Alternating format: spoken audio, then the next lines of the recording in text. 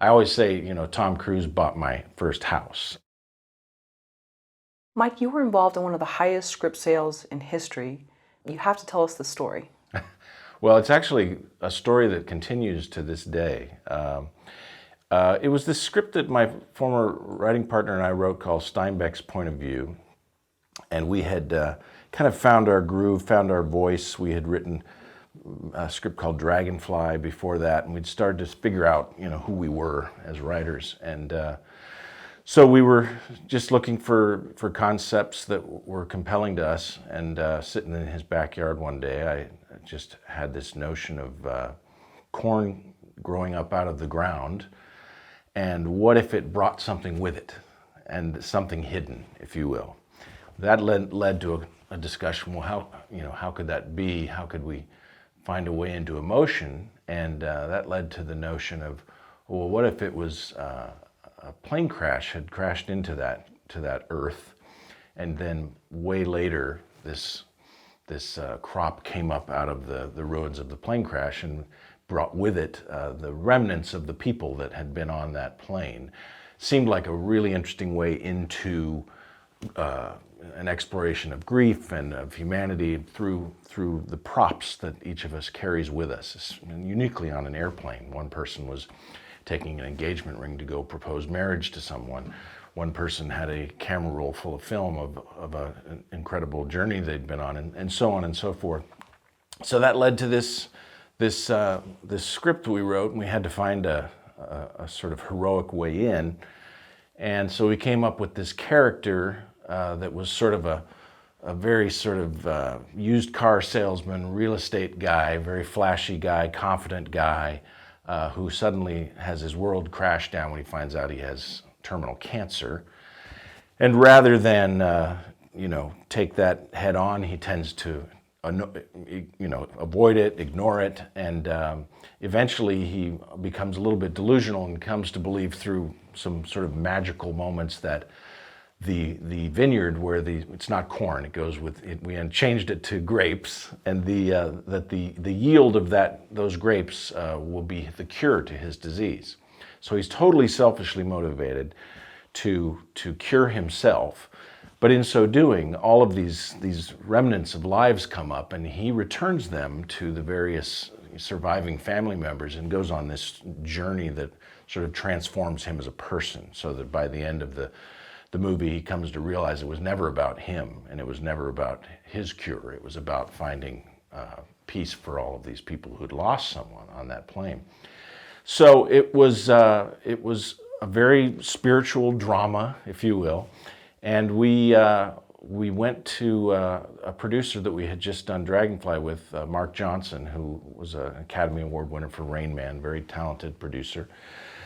And back in those days, and the one thing I forgot to mention was that we were somewhat bullish about trying to rise up the ladder. And what we had discovered from our years of working for big producers and observing the business was, if you could sell scripts and sort of stack them, if you will, you could then have the audacity, as we did, to just simply attach yourselves as producer or director.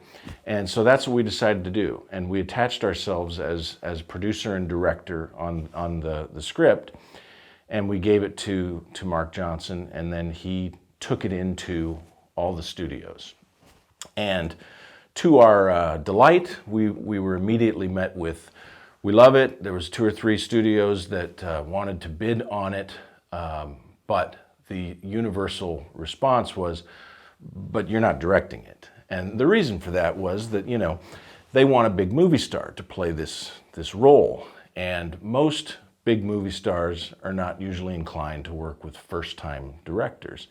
So they felt like they would be shooting themselves in the foot by even, entertaining this. And so, but we held firm. And I don't know where we came up with the audacity to do so back in those days, but it was just youthful oblivion, I think. And so then Warner Brothers came in and they said, all right, we'll make a deal. We'll buy the script and we'll give you a list of 10 movie stars, Brad Pitt, John Travolta, Tom Cruise, all the guys you would imagine back in those days. And if you can get one of them to commit to the movie in a year's time or whatever it was, then you can direct the movie. And if you fail to do that, then you agree to step off and let us get a director who can get one of those actors. And so that was a compromise that felt fair to us and probably felt like about the only thing we were going to get. And so we agreed to that. And so a deal was struck. And I think it was a pretty good deal. It was like, I think $750,000 up front against like $1.25 million back end. And so for the script, I don't even remember. I think the producing and directing fees were minimal because it's a privilege to even be in that position, and they don't pay you much for it. They just say, you're welcome. And so there we were. We had set it up at Warner Brothers, and we were thrilled to have the opportunity. But what we didn't realize was that the producer, the late Steve Ruther, who produced Pretty Woman and passed away a few years back, he was very excited to get going. And so without even informing us, somehow the script got to Tom Cruise. And it's not hard to imagine how that happened. The agencies all get their hands on everything, especially a high-profile sale and whatnot as soon as it goes out. And so Tom Cruise expressed an immediate interest. And so now the studio was thrilled and overjoyed that the biggest movie star in the world at the time, I think he was coming off Jerry Maguire and some other stuff, that he wanted to do this movie. And they were stuck with this conundrum of, and of course Tom Cruise would not do that with a first-time director. So it would require us to get off in the director chair. And so when they asked us to do that, we were a little bit surprised because we didn't even know that they had been submitting the script out. And so on the one hand, we were overjoyed that Tom Cruise was interested in doing our movie. But on the other hand, again, this absurd youthful audacity, we felt as though we were in a position of leverage suddenly. And so sure enough, we were able to renegotiate and to step out of the directing chair. And I think then the deal went to $2 million against $4 million or something like that for that script. And then they sweetened it with a blind deal, which means a put picture that we would direct and produce. So they sort of were giving us that opportunity, but just on a different movie that they were then paying for. And so at some point, I think, then it got to about $8.5 million. And that's what Variety wrote about it. I think the headline was "Right Men Can Jump" or something like that. And but then shortly thereafter, we pitched another movie to the same producer, the same studio, to direct and produce as well. And they bought that one as well. So we just kind of viewed it as a 3-picture deal, if you will, that was for like $10.5 million if everything got made. Now, of course, the difference between guaranteed money and back-end money is that in order to get the back-end money, you have to actually roll camera. You have to be making the movie. And so a whole bunch of weird things went on with that movie over the years. Of course, Tom Cruise fell out at some point and went and did some other movie.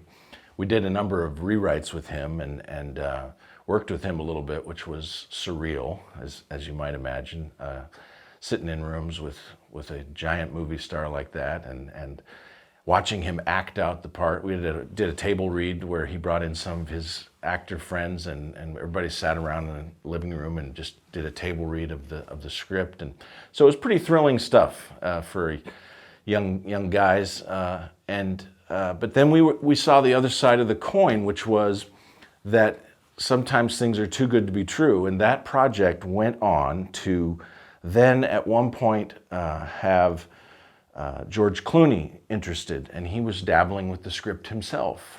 And then at another point, Richard Gere was attached to do it, and then 9/11 happened, and they felt like a plane crash movie was too sensitive, so it literally went quiet for years. At another point, Denzel Washington was attached to star in it with John Cassavetes' son directing as well.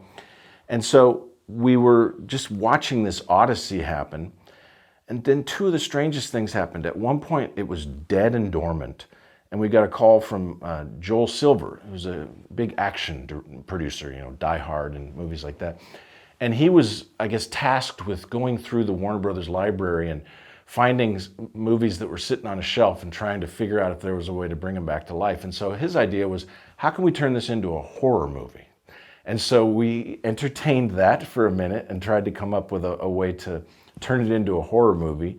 Then we eventually just felt absurd and said, we can't figure this out. Good luck with it. Then I remember one day we got a call from our agent saying, would you entertain a call from Garth Brooks? And I was like, the biggest selling country artist of all time? Yes. He's read your script, Steinbeck's point of view, and he has some thoughts about it. So Garth Brooks called, and we talked to him for about an hour, and he had some notions about the script which were interesting, and I'm not sure where or what he planned to do with it. But anyways, this odyssey has gone on such that even, I think, a year or two ago, and this was sold in like 1998 or something, a year or two ago, I heard that Sam Raimi, the director, was developing it as well. So it's just been this odyssey of the movie that has had so many close calls, been on the finish line, and just never quite gone over. And it'll be interesting to see if it ever get made. It's a somewhat timeless story, so it I suppose could be made, but there's a lot of money against it. At this point, they've hired other writers to rewrite us. They've brought us to rewrite the other writers that rewrote us. They've paid development and holding fees and deals for actors and directors and what have you. So it has millions of dollars against it. And so either the studio would have to absorb all of that in whatever budget that the movie got made with, or if some other studio wanted to take it and turn around, they'd have to pay all those millions and millions of dollars that are against it. So it's just been the craziest journey you can imagine, but it was certainly a thrill ride for a while there in the beginning. So it's almost like you have this winning lottery ticket that's been in your back pocket for 20 years, and sometimes the numbers match, and sometimes they don't. Well, I tell you, it's at this point it's more of a story than anything else.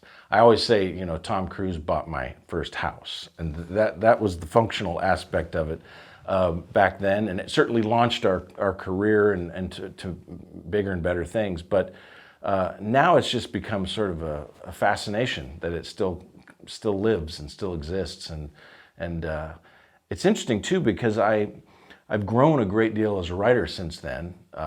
I would like to think I've honed my skills and become a much better writer. So when I go back and read the script, I think to myself, oh my goodness, I could do so much better than this. But at the time, it had its moment where it resonated with people for whatever reason. Well, you could plug it into so many sort of genres. You could do faith-based. Yep. But I realize that it has some baggage attached in terms of dollar signs and things. Right. So many questions. A lot you already answered. But why did Hollywood want this script so badly? Well, I think the initial response, look, once Tom Cruise said he wanted to do the movie, that's why Hollywood wanted it so badly. Because not only does Tom Cruise guarantee producers and studio executives a shot at a huge hit, he provides an opportunity for Oscar potential. He's the full package. And so then they also know that a guy like him piques the interest of every other actor at his level. They're constantly swooping in and taking each other's roles. That if somebody becomes unavailable, then then Brad Pitt comes in and takes that role, or what have you. So they know that once you have that interest of a Tom Cruise, that suddenly you should be able to cast it. And that's what's so fascinating is they had all those bites at the apple, and for one reason or another, it just never kind of came to fruition. It's very strange. But in terms of the original concept, I think it was. It was reminiscent to people of movies like Field of Dreams, where there was just a magical, bucolic quality to it that